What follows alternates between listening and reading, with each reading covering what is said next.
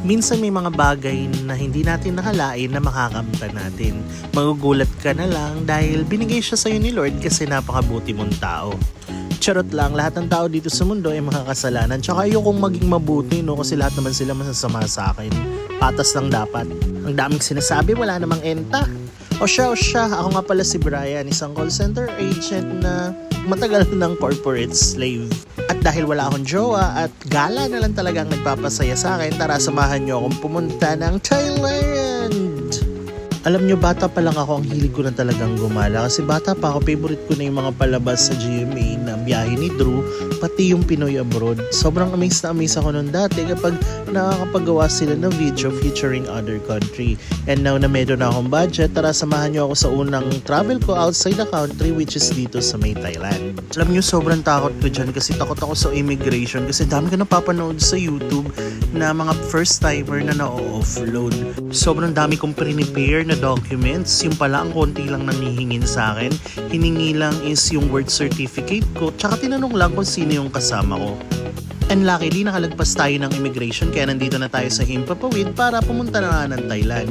Ang first stop natin dyan is sa may Pattaya. So after pagbaba ng Thailand mismo, dediretso tayo ng Pattaya at sasakay tayo ng bus. Actually, medyo mahaba yung video na yan na nasa Himpapawid ako kasi gusto kong makunan yung experience na nasa taas ka ng eroplano habang pinibidyohan mo yung nasa baba.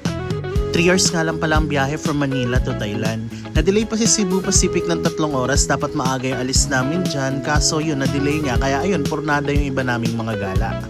Dahil late na nga kami dumating dito sa may Thailand, dumiretso na kami papuntang Pattaya.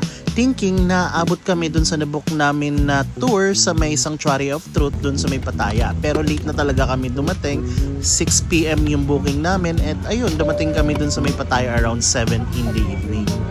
And guys, sa wakas nakalapag na rin yung aeroplano. Welcome to Suvarnabhumi Airport dito sa may Bangkok, Thailand. Yan nga pala yung maganda kong kasama, si Poleng. At ayan, activate ko na yung Thai language skills ko dito. Sawadee ka, Thailand! At buti na lang hindi ganun kahaba yung pila dito sa may immigration nila. Kaya mabilis kaming nakalagpas. Siguro mga 30 minutes lang nakaalis na rin kami. At welcome to Pattaya na mukha lang talagang Pilipinas. Actually maraming bar dito. Maraming mga foreigner na naglalakad dito. At syempre gagawin muna natin yung una nating errands, which is pumunta dito sa Big C. Samahan natin si Madam Poleng na bumili ng kanyang mga skincare.